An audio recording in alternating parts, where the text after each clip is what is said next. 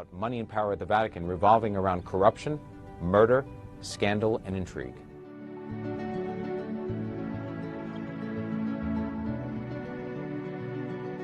For about 1800 years, the popes were not just the head of the Catholic Church, the spiritual head of the world's largest religion. They were also kings, pope kings.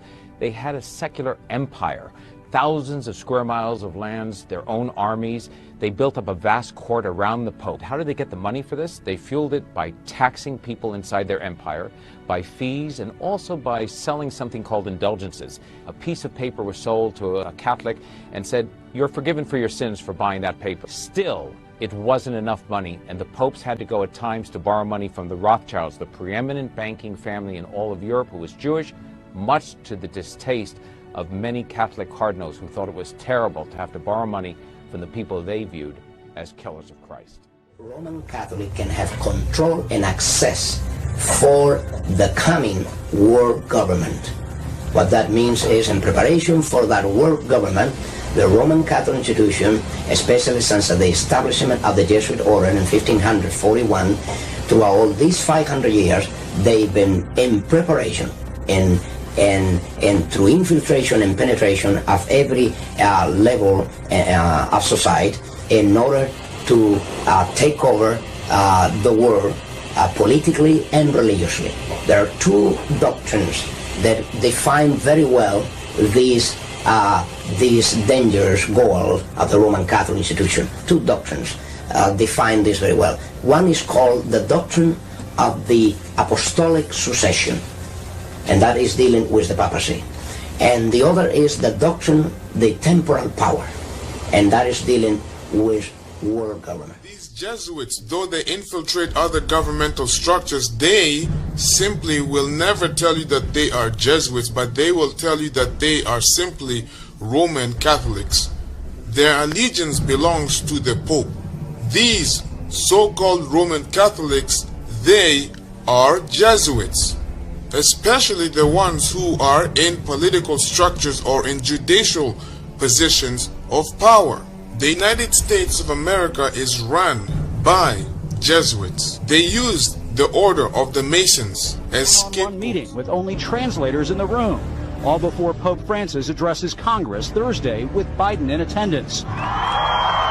Even though the president and the Pope are allies on issues ranging from climate change to income inequality to Cuba, even the Iran nuclear deal, the White House refuses to reveal what the two men will discuss. The White House refuses to reveal what the two men will discuss. The globalists work through groups such as the Bilderberg Group, the Council on Foreign Relations, the Club of Rome, and the Vatican, which has insinuated itself as the New World Order religion, but encompassing all religion through interfaith.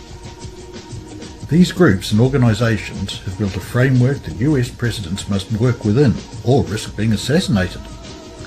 The chilling infiltration of both American and European institutions is widespread. The Knights of Malta, Opus Dei, Knights Columbus, Freemasonry and Skull and Bones, which are secretly subservient to the Vatican and controlled by the Jesuit Order. This is why you see George Bush making the Skull and Bones sign while receiving communion. One can also discern the level of papal involvement by the behaviour of John Kerry. Donald Trump, like his predecessors, must work within the system, including working towards globalist ambitions such as the Club of Rome's plan to divide the world into 10. Alberto Rivera made a startling statement in which he said there would be a sign given to Jesuits throughout the world when all churches would be taken over by the Jesuit Order. The sign was to be when a president of the United States took his oath of office facing an obelisk. For the first time in U.S. history, the swearing-in ceremonies were moved to the west front of the Capitol, and President Reagan faced the Washington Monument.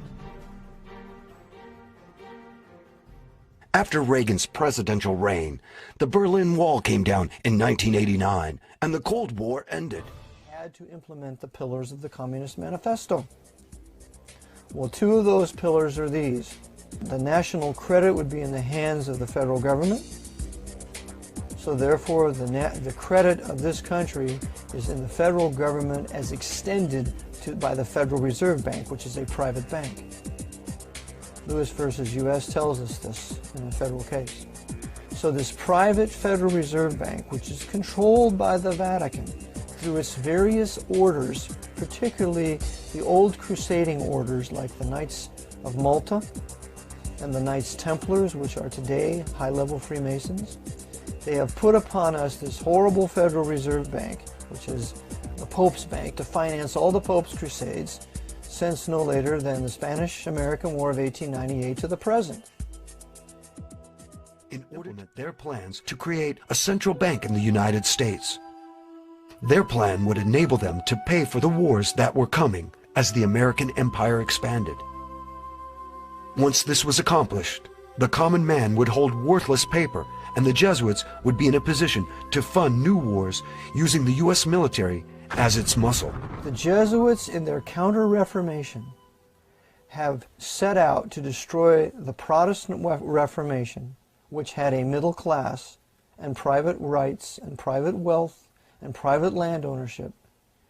And in their attempt to bring the world back to the Dark Ages, the 13th century, when Pope Innocent III was the demon pope of all of Europe at the time, set out to destroy the Albigenses and others.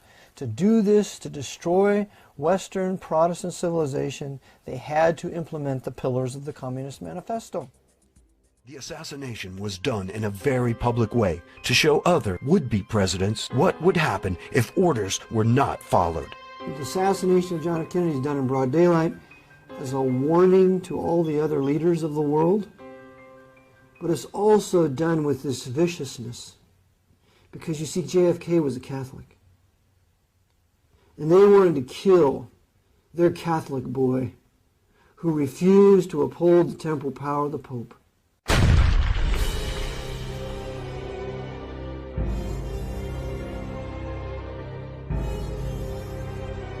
So they killed him viciously and cruelly as a warning to any other Catholic who would dare trammel the temporal power of the Pope.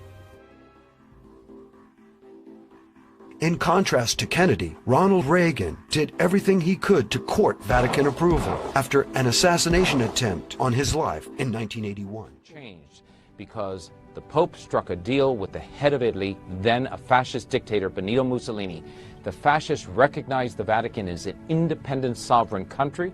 They made the Pope the head of that country, invested with divine rights. 4 years later, that same Pope struck a deal with Nazi Germany and Hitler's Third Reich, and they signed a deal where the Third Reich recognized the Church as the Church recognized Hitler and his power inside of Germany. The Vatican is able to do business throughout the war, continue to do it with Nazi Germany, with blacklisted companies. After the war, what happens?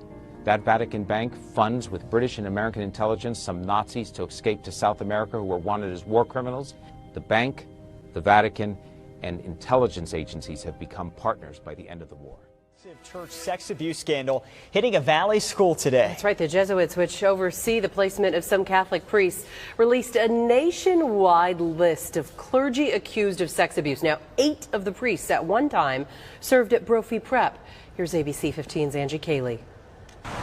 For about a month, Brophy College Prep has known this list of suspected predator priests would be released. It includes 8 former Brophy priests. It appears only one, Eugene Colosimo, was at Brophy when the alleged abuse happened, from 1957 to 1959. The report should have been released a year ago, 5 years ago, 10 years ago. Tucson resident Tim Lennon is president of Survivors Network of Those Abused by Priests, or SNAP.